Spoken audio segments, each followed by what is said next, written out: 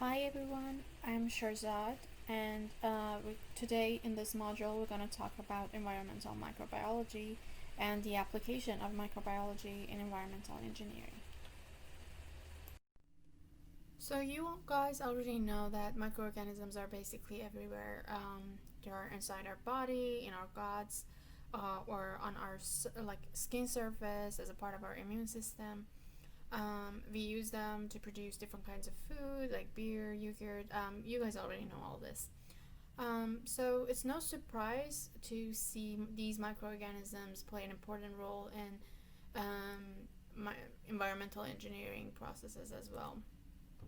So two of the most important applications of microbiology and environmental engineering I think are in wastewater treatment plants and also in bioremediation to clean up soil and water and groundwater.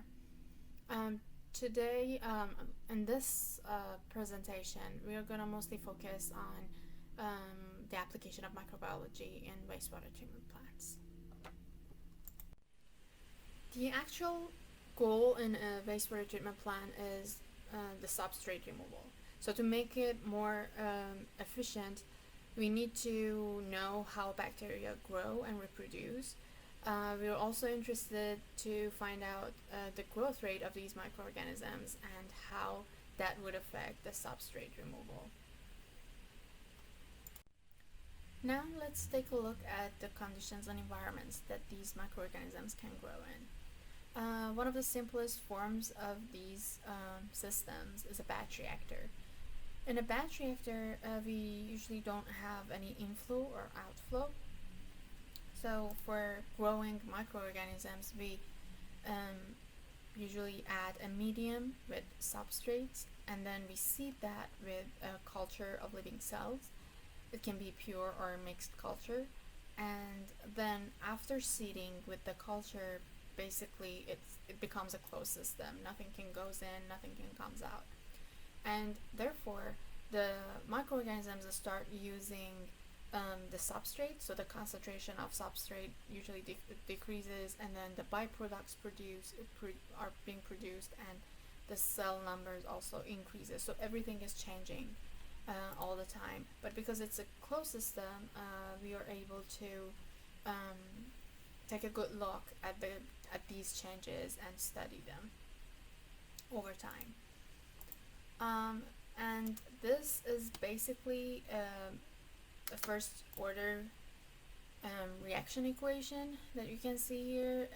It can be applied to concentration of any compound in the batch reactor, but here if we want to we can use it for the concentration of cells. So the change in the concentration of cells over time equals mu x, and mu is basically the rate constant, and in this case it is this.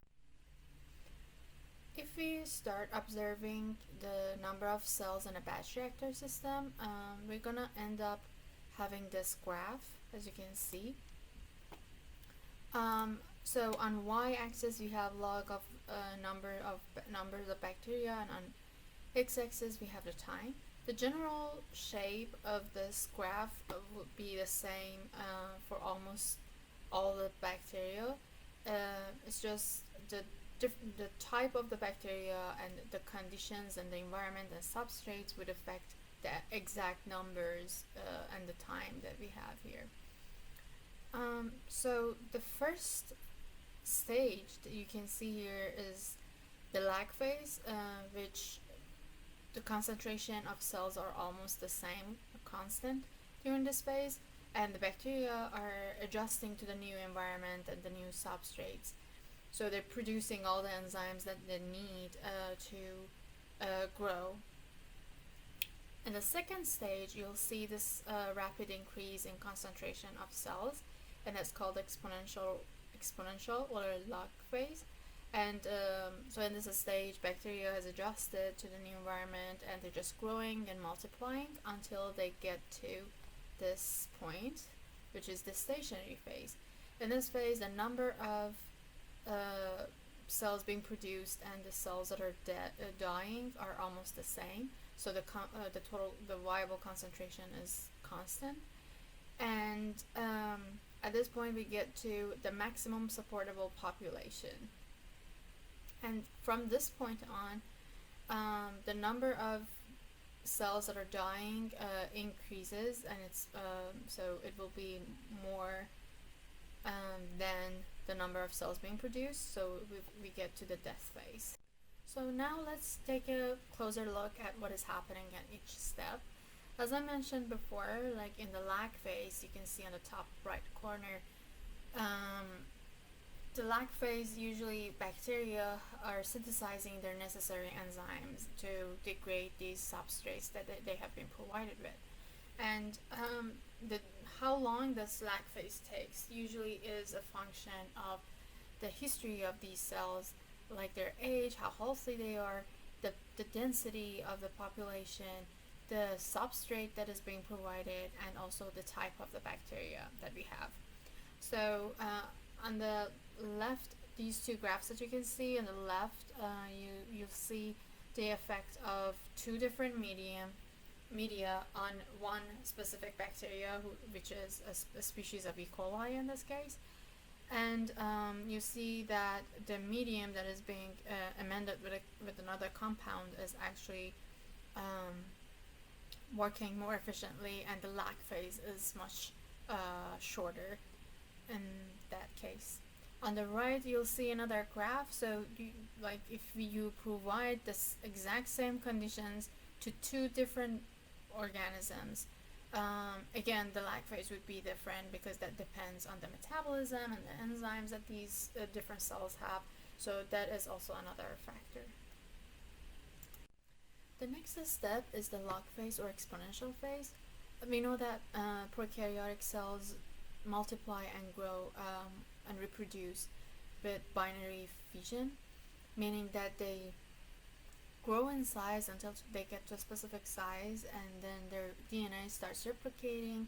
When the replication is complete, the cell elongates and the cell membranes form, and the cells basically get separated. So one cell becomes two, two becomes four, four becomes eight, and the number of cells are basically 2 to the power of n, and n is the number of generation.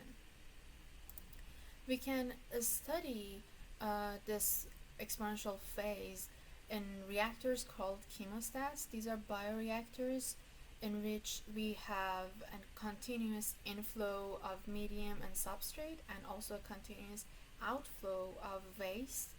And if we keep this bioreactor under a steady state, we will have a constant growth rate, and therefore we can study this exponential phase better. During the exponential growth phase, if we assume there's no cell death, we can calculate the number of cells at each generation using the number of bacteria that we initially inoculated in the reactor. So it would be n sub naught multiplied by 2 to the power of n, which is the number of generation. Then we can define this parameter called g, or the generation time, which is the time that is needed for a population to double, basically time interval over the number of generations. So now if we want to linearize this, the top equation, we can take the log of these terms, and then we're going to have this graph here with this, which is linear, and we can calculate the slope of this graph, which will give us this other factor parameter called growth rate constant. Another way to approach this is using the first order model that we talked about in a batch reactor system. So the changes in cell concentration over time equals to the specific growth rate multiplied by the cell concentration. And if we rearrange these parameters, we easily get here. And as you know, x over x naught is 2 because we are calculating the doubling time. and tau d um, is basically the doubling time. So doubling time and generation time are the same. It mostly depends on what parameters you have. So here is an example of how to use these equations that we talked about. The first example is if a bacterial cell count increases from 10 to the 3 to 10 to the 9 in 10 hours, find the generation time or the doubling time. Which equation do you think you have to use here? So you've got the initial cell numbers and the final cell numbers, and you also have the time. So you better use, based on the givens, you'd better use this equation and find out what G is. So G is 0.5 hours in this example. This is the second example, so we're going to find X for a single cell after 12 hours with a doubling time of 0.5 hour. We can calculate the mu and then calculate the cell number based on the equations that we had before. But well, obviously for a wastewater treatment plant, it's very hard to use like just cell numbers. We use biomass, and the biomass is usually measured using the total suspended solids or volatile suspended solids in the wastewater. The next phase after exponential phase is actually stationary phase, but during the stationary phase, as we mentioned before, the cells being reproduced are actually equal to the cells that are dying, so the concentration is basically the same. But in the next phase, or the death phase, the death rate of the microbial population is higher than their growth rate, and that causes the decrease in the concentration of viable cells. Cell death can also happen by lysis, which is basically the physical destruction or decomposition of cell. At the same way that we calculated and defined mu, the specific growth rate, we can also define B, which is called the first order decay coefficient, and it is a negative because of the loss that we have in their cell population. And we use these the decay coefficient mostly in the aerobic sludge digestion that happens in wastewater treatment plants. Now we want to focus more on substrate utilization, which is the main goal in a wastewater treatment plant. So dx over dt, which was the growth rate, is not only a function of biomass, but it is also a function of the substrate concentration. So in a batch culture that has only a single limiting substrate, which is going to end at some point, we can find a relationship between the biomass concentration and the substrate disappearance. And we can also find a relationship between the growth rate and the substrate disappearance, which is what we're going to talk about in the next few slides. So this is the first order reaction that we had from before in a batch system, and we can rearrange the equation to calculate mu. But remember that we need continuous growth in the activated sludge for our wastewater treatment plant. And therefore we are looking for a relationship between the growth rate and the substrate removal. So this guy, Monod, was able to empirically observe the relationship between a specific growth rate and substrate concentration. So he, this is the graph that he found through his studies. So as you can see, at some point in the graph we reach a plateau, meaning that no matter how much substrate you add to the system, the specific growth rate is not going to get higher. So that is the maximum specific growth rate. He was also able to define this parameter called Ks, or saturation constant, which is defined as the substrate concentration when growth rate is at its half maximum. like this. So with this graph, he was able to find this equation which can relate the specific. Let's take a closer look at this monods graph. So based on the substrate concentration, we can divide this graph into three different sections. The first section, we can assume that it is a linear graph in the first section, and in this case the substrate concentration is significantly lower than the Ks value, or the saturation constant, and this was Monod's equation, right?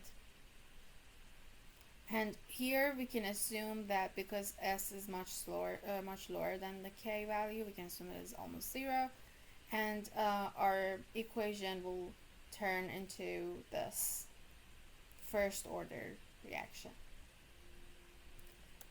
In the midsection, our Ks value and the substrate concentration are comparable, so we need to use the kinetics and this equation to find the dx over dt. In the last section, the substrate concentration is significantly higher than the Ks value, so we can assume that this is 0 and this term becomes 1.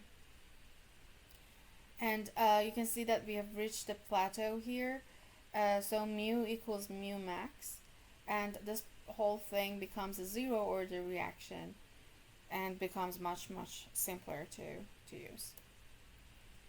We also talked about decay of microbial mass in the previous slides. That was a first order reaction, and that was negative Bx. So this term can be added to monod model to account for the microbial mass decay in our system. As mentioned before a few times, the main goal of biological wastewater treatment plant is not biomass production, but it is substrate removal. So when we are writing all these equations, we have to keep that in mind and try to use terms that are indicating the substrate removal instead of biomass concentration. So under exponential growth phase, the cell growth or changes in cell concentration is proportional to the mass of the substrate utilized. So we can use this ratio of changes in cell concentration over substrate utilization, which is called Y, or yield coefficient, in our equations. Now we want to add this true yield coefficient, which accounts for the substrate utilization, to our previous equations that we had. So dx basically equals y multiplied by ds. So we can rearrange for that here in the first equation, and the negative sign is because the substrate utilization is a loss of the substrate. Then we have also the monod equation, and then if we combine these two, the first and the second equations, and rearrange them, we'll get to mu x over y equals to negative ds over dt. So this mu over y is defined as a specific substrate utilization rate, or Q, and you see that the unit for this parameter is the mass of substrate over the mass of cells and times T. Now we want to put together all the equations and information that we learned so far, and mostly put together everything in terms of substrate utilization. So in the first equation, you'll see, you've seen it so many times, this is basically just the first order reaction for the batch reactor that we had before. And the second equation, we're mostly going to talk about this RS, which is defined as substrate utilization rate. So this is basically the same as ds over dt, right? Because this is the changes in concentration of the substrate concentration over time, which is the substrate utilization rate. And this equation here is basically the same as what we had in the previous slide. So ds over dt uh, equals negative mu x over y. And we also have the monod model monod equation. So if we combine these two, we'll get to this equation here, which basically defines the substrate utilization rate based on the cell concentration, substrate concentration, yield coefficient. So for each system, we first have to measure the mu max and saturation constant, and once we measure these two, these are going to be constant the whole time, and then the variables are going to be the cell concentration.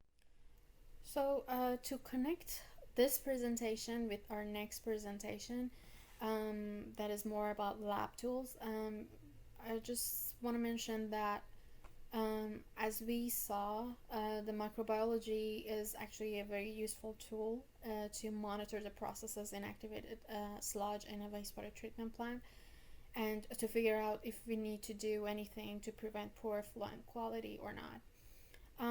In the next presentation, we're going to mostly talk about different lab tools, the actual tools that environmental engineers have to monitor processes that are going on in a wastewater treatment plant or a bioremediation project, and find out if they need to do anything and help the processes be more efficient. Some of the microorganisms that we usually see in the activated sludge are bacteria. Usually these are the most abundant types that a type of microorganisms that we see, such as filamentous bacteria. Filamentous bacteria is very important to the activated sludge because it forms it helps with forming these flocks, which would help reducing the organic carbon from the wastewater, and also later with settling, because it is heavier, it will settle down and helps with separation of solid material from the clear water. Protozoa are these single cell eukaryotic cells, such as amoeba or ciliate, which usually feed on bacteria, and their count kind of shows the bacterial count as well. We have rotifiers, which are these multicellular animals, basically, which are associated with older age sludge and in high turbidity. Then we have worms. Worms also are these animals that are able to degrade more complex carbon material that the other microorganisms are not able to degrade. So what do you think it is more important when we are observing these microorganisms? So in a wastewater treatment plant, they regularly take samples from their activated sludge and check it under the microscope. They have these tables with different factors, so they keep record of the size and nature of the flocks, the microorganisms, and the type of them, and like the count of them, and like the filaments they see.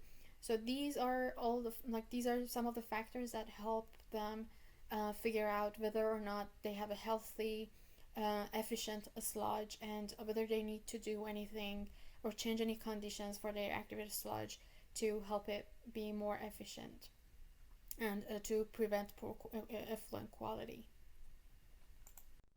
So in activated sludge, we can define a sludge age as cell mass over cell production rate, and we have this specific growth rate as well. So it is basically reciprocal of the mu, as you can see.